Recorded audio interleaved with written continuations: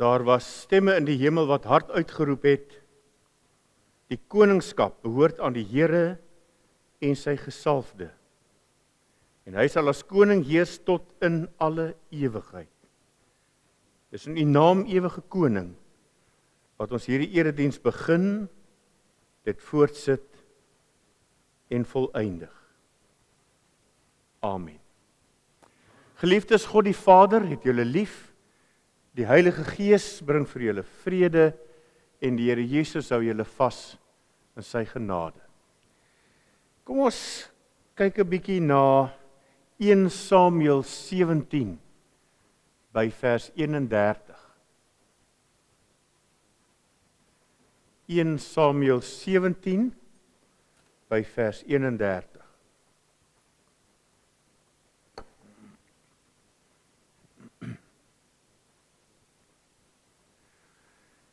Die woorde wat Dawid gesê het, het rugbaar geword. Die manskappe het dit vir Saul vertel en hy het hom laat haal. 'n Mens moet nie oor hom moedeloos word nie, sê Dawid vir Saul. Ek sal gaan en teen hierdie Filistyn veg. Maar Saul sê vir Dawid, jy kan nie teen hierdie Filistyn veg nie, jy's jonk en hy is 'n vegter van kindsbeen af. Toe sê Dawid vir Saul, as ek die klein vee vir my pa oppas, en daar kom 'n leeu of 'n beer en dra 'n lam weg uit die kudde, gaan ek agter hom aan en slaan hom dood en red die lam uit sy bek. En as hy op my afstorm, gryp ek hom aan sy baard en slaan hom dood. Ek het die leeu en ook die beer doodgeslaan, en hierdie heiden, hierdie Filistyn, sal soos hulle word, want hy die linies van die lewende God verkleineer. Verder het Dawid gesê, die Here, wat my gered het uit die kloue van die leeu en uit die kloue van die beer, hy sal my red uit die mag van hierdie Filistyn. Toe sê Saul vir Dawid, gaan en mag die Here by jou wees. Saul het sy eie uitrusting vir Dawid laat aantrek. Hy het 'n bronshelm op sy kop gesit en 'n harnas hom laat aantrek, en Dawid het Saul se swaard bo oor sy uitrusting vasgegord, maar hy kon nie loop nie, want hy was dit nie gewoond nie. Dawid sê toe vir Saul, ek kan nie hiermee loop nie, want ek is dit nie gewoond nie. En Dawid het dit uitgetrek.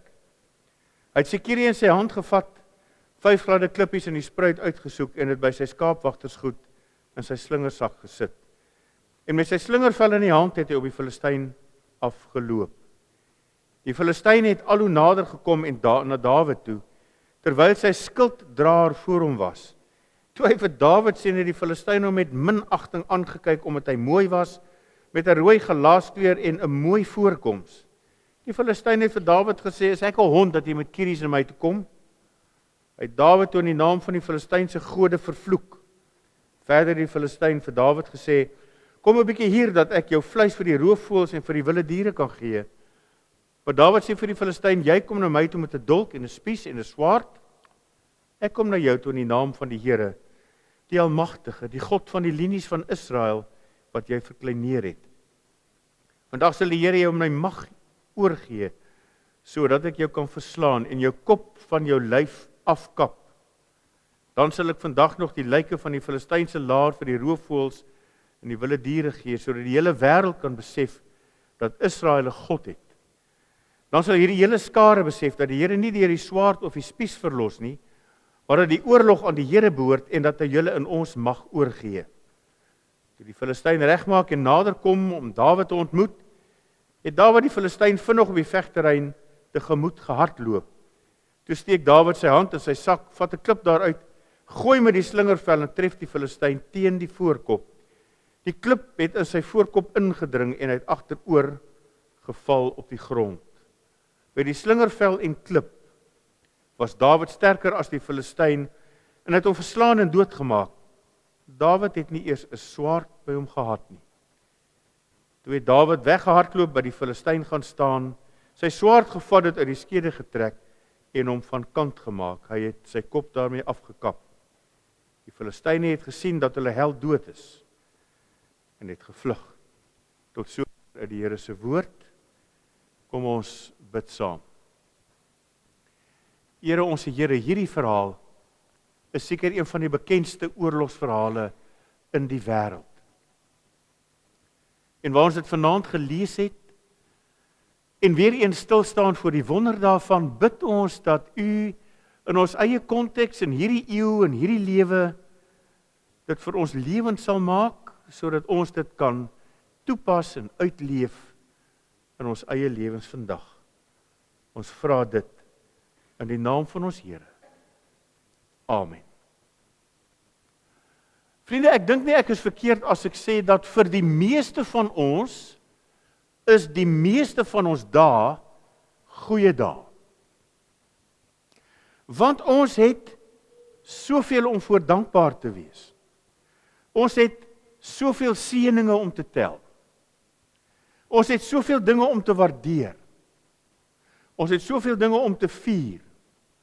Ons het soveel om oor te juig, soveel om te geniet op die meeste dae.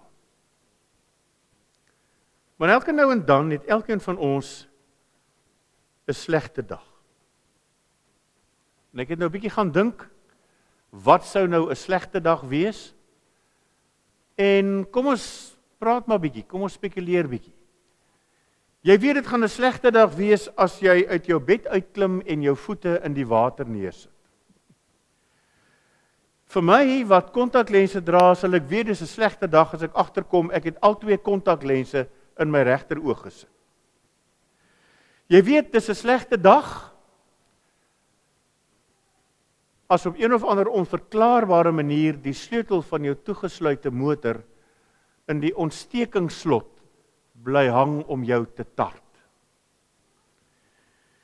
Jy weet Anthony, dis 'n baie slegte dag as jy jou rekenaar aansit en daar staan all files lost. En die snaakse ding is, ek hoef niks met my rekenaar te doen om sulke dinge reg te kry nie. Dit gebeur maar net. My pa het geweet dis 'n vrek slegte dag toe hy later agterkom, hy het my ma se verjaarsdag vergeet. En dit het toe sommer 'n slegte maand geword.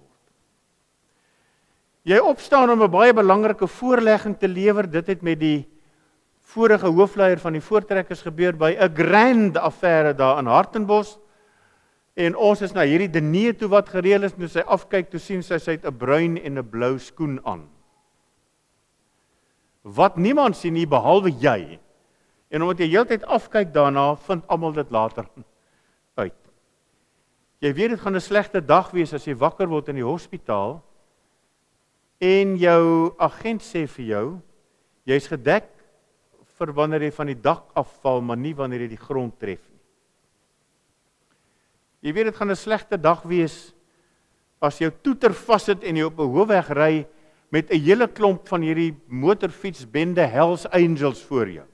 En jy ry met 'n blaasende toeter al agter hulle aan. Jy weet dit gaan 'n slegte dag wees as jou 12-jarige by die ontbyttafel sê dat hy vandag 'n groot wetenskaptaak moet indien en het jy vir hom enige idees? En so kan 'n mens aangaan.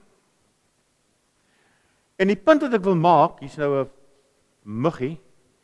Die punt wat ek wil maak is dat 'n slegte dag elkeen van ons op een of ander stadium in die lewe gaan tref. Dis deel van die lewe. En hierdie baie bekende kleurvolle storieetjie in die Bybel, stuk geskiedenis, in 1 Samuel 17 is een van hierdie slegte dae. Die Israeliete hou oorlog teen die Filistyne. En kyk, daai ouens hou nou eenmaal net nie van mekaar nie. Want vandag nog is hulle en die Palestyne in die weer. En die Israeliete word een oggend wakker en besef hierdie gaan 'n slegte dag wees. Want daar daag 'n reus van 'n man by hulle op en daag hulle uit. Hy was hulle nie so geheime wapen. 'n Harde, magtige, enorme vegter wat paniek in die meeste mense se harte veroorsaak het. En hy was die oorsaak dat die Israeliete gebewe het van vrees op die spesifieke dag toe hulle teen die Filistyne sou beklei. Hy was soos 'n toring wat bo almal uitgetoring het. Hy was so sterk dat 4 gewone ouens sy spies moes vashou wat hy met die een hand opgetel en gegooi het. So 'n bietjie van 'n reusagtige Dries Becker wil ek my voorstel. Dries, ek dink jy sou daai ou spiesie van hom opgetel het, soos jy my karavaan so voorvat en met hom loop. Maar hulle was vir hom verskriklik bang. Hy was bedek met die beste wapenrusting. Hy is so groot en onoorwinnelik geluk vir die klein Israeliete. Hy het so hard geskree en sy stem het gebulder en hy het gedreig en beledig, dat hulle baie, baie bang geword het. En nie net 'n weermagkie, en die enige ou sou gesê het, hierdie is 'n slegte dag vir die Israeliete. Om die waarheid te sê, dit is hopeloos. Want vandag gaan dit hulle einde wees. Die partytjie is verby. Hulle staan nie 'n kat se kans nie. Israel se slegte dag het aangebreek. En dan kom klein Dawid, die ou skaapwagtertjie, daar verby. Nou vind nou as 'n ou hier deur die Transkei en die Ciskei ry, dan het jy mos hierdie klein klonkietjies wat nou die vee oppas langs die pad. Dawid was een van hulle en ek het nog nie veel aan hulle gesteer nie, behalwe om te kyk het ek nie een van hulle beeste tref nie uit die beeste onthaalwe nie, maar vir my kar se onthaalwe. So Dawid kom daar aan, in ons taal, hier is hierdie geweldige slagvelde opgestaan en die beesklonkietjie kom daar aan en hy sê, moenie worry nie koning, ek gaan vir hom aanvat. Hy bring hom kos te bring vir sy broers wat gaan veg het. En toe Dawid daar aankom en hy hoor hoe Goliat skree en almal beledig het, hy aangebied om teen Goliat te gaan veg. Kan jy glo, die klonkietjie gaan nou hierdie ou aanvat. En die koning was uiteraard baie huiwerig. Is dit nou my geheime wapen? En uiteindelik het hy ingegee toe hy hoor hoe Dawid praat. Veral vers 37. Die Here wat my gered het uit die klou van die leeu en die kloue van die beer. Hy sal my red uit die hand van hierdie Filistyn. En toe sê Saul vir Dawid, gaan en mag die Here by jou wees. Nou het ons onthou uit sy kroningsgeskiedenis dat Saul kop en skouers bo almal uitgestaan het, né?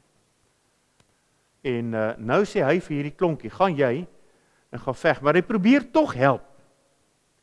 Want hy gee vir hom sy wapenrusting, maar dit was hopeloos te groot. Die arme Dawid kon nie daarin beweeg nie. En toe sê Dawid, dankie maar nee, dankie. Ek kan nie 'n ander man se wapenrusting dra nie. Ek moet hierdie ding op eie manier doen. So Dawid trek die koning se wapenrusting uit en hy gaan staan teenoor Goliat met 'n slingervel en 5 gladde klippies. En die absolute geloof dat God by hom is, hom nie sal verlaat nie en hom deur hierdie ding sal sien. Maar Goliat was nie so geamuseerd nie. Hy was beledig. Hy was in die gesig gevat dat die Israeliet te hierdie klein klonkietjie kan stuur om teen hom te veg. Hy het geamuseerd omdat hy gedink het wat met hom gaan gebeur. Dit gaan nie eers 'n minuut se geveg wees nie. En hoe meer Goliat daaroor gedink het, hoe kwaader het hy geword en hoe meer het hy besluit hy moet hieraan nou 'n einde bring en hy het niks simpatie vir Dawid gehad nie.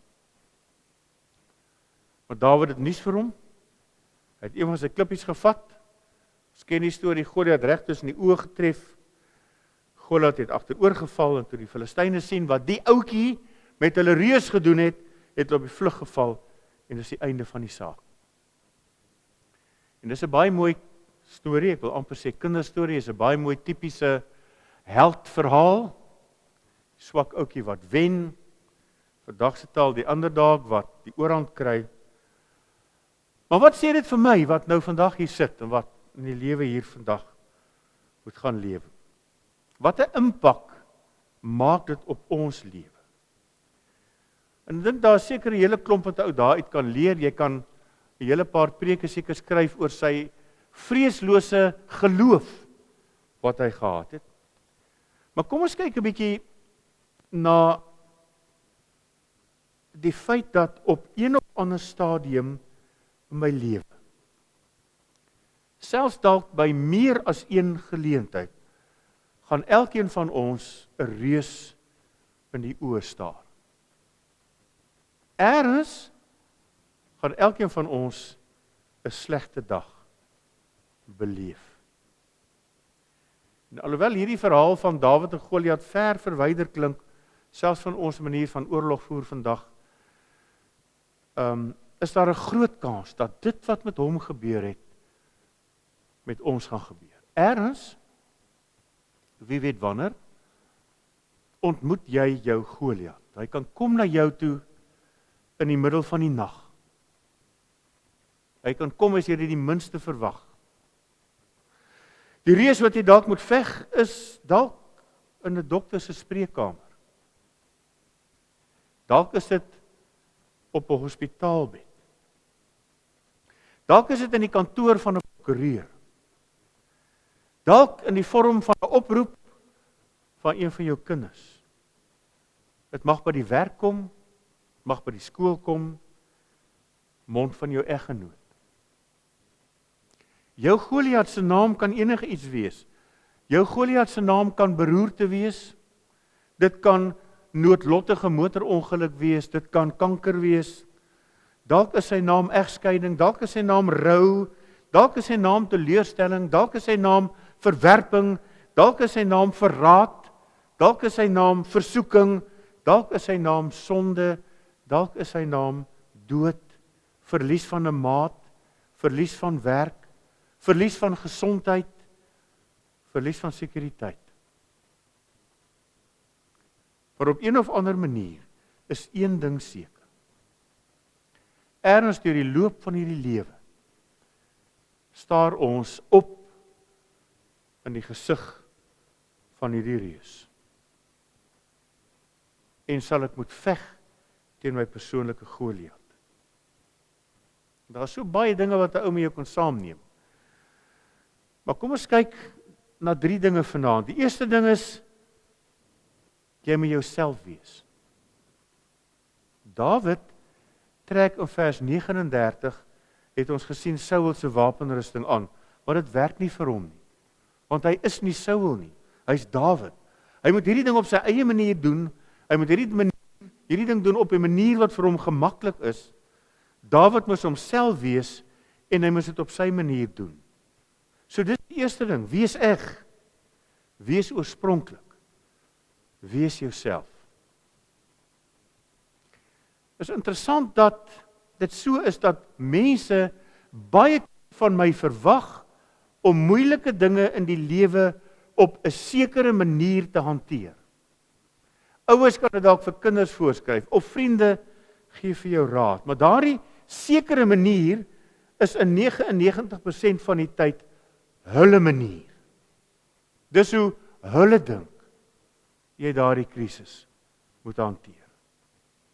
Maar dit maak mos net sin dat elkeen van ons 'n krisis, moeilike dinge op jou eie manier moet hanteer, want ek kan nie my krisis op jou manier hanteer nie. So ek dink dis die eerste ding, jy moet getrou wees aan wie jy is en dit op daardie manier hanteer. Die tweede ding, vers 45, laat God toe om jou krag te wees. Want Dawid het sy krag en sy selfvertroue en sy sekerheid gekry van die feit dat hy geweet het God is by hom. Hy het geweet God laat hom nie alleen nie. En jy en ek weet dit. Maar eerlik is eerlik. Ons worry. 'n Ou weet baie goed, God is by jou. Jy weet hy sal jou nie in die steek laat nie. Maar ons worry. Ek dink dit is tipies mens. Ons bekommer vir ons in die graf in. En ek wil 'n staaltjie vertel. Op 'n dag bel 'n vrou 'n man wat oorlosies heel maak. En sy sê vir haar dat om die een of ander rede wil haar splinter nuwe elektriese oorlosie nie werk nie. Hy hou aan om tyd te verloor. Hy werk net. En die oorlosiemaker is toe baie gaaf en hy sê wel ek sal kom kyk wat aangaan. En hy klim in die kar en hy ry hom toe in. Toe hy daar kom te sê vir die vrou, maar die oorlosie is dan nie ingeprop nie. Toe sê sy, ek weet, ek prop hom net in as ek wil sien hoe laat is dit.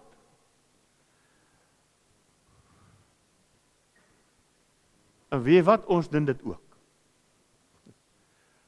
Ons prop ons by die Here in, as ons hulp nodig het. As ek nie wil weet hoe laat is nie, hoef ek nie die horlosie te kyk nie. Maak mos nie saak nie. En as ek nou ewe skielik die dag voor my Goliat te staan kom, dan prop ek my daarin. Maar Dawid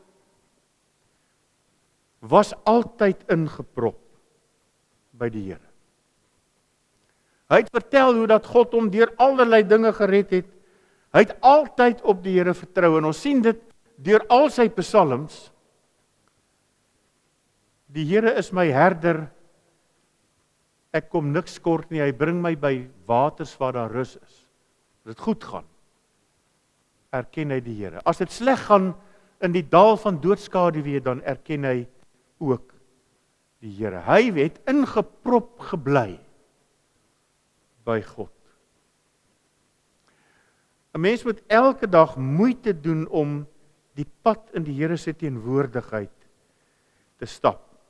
Moeite doen om elke dag ons krag by hom te kry en nie net in moeilike omstandighede.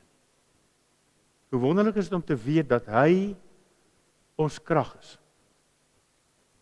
Maak nie saak hoe goed of hoe sleg my dag is nie. En die derde ding, vertrou op die Here om jou deur te sien ten spyte van hoe dit uitdraai. Ek lees ergens van 'n man wat vertel dat sy vriend besig was om sy eie Goliat te beklei. En die Goliat se naam was gewas op die brein. En die persoon vra toe vir sy vriend, hoe gaan dit met jou? Waarop die vriend sê, baie moeilik. Dit gaan swaar. Maar ek is positief en ek is optimisties. Ek is nie heeltemal seker hoe hierdie ding gaan uitdraai nie, maar een ding waarvan ek seker is dat die Here by my is en my hierdeur sal sien, maak nie saak hoe dit uitdraai nie. Want soos Dawid vertrou hy op die Here om hom deur te sien. En dit maak nie saak waar hierdie deur sien gaan eindig nie. Wat die uiteinde ook al mag wees nie. God sal my deur sien. Ons het elkeen ons eie Goliat om in die gesig te staar. En dit gaan nie noodwendig maklik wees nie. En baie daarvan gaan verskriklik onregverdig lyk. Die boer en sy vrou, by wie ek die naweek met die voortrekkerkinders gekamp het, is kinderloos en hulle besluit hulle gaan 2 seentjies, of hulle gaan 'n seentjie aanneem, en toe hulle daar kom, toe sit die 2 boetiekies daar. Die een is toe so 'n jaar en 'n bietjie, en die ander enetjie is 6 maande oud. En hulle sê toe vir mekaar, maar ons kan onmoontlik nie net die enetjie aanneem. Ons sal al 2 moet aanneem. Ons kan nie net een van die boeties, wat uit omstandighede van wanvoeding en verwaarlosing kom aanneem nie. En hulle doen dit. En soos wat die kinders groter word, kom hulle agter die jongste ouetjie het glaukoom.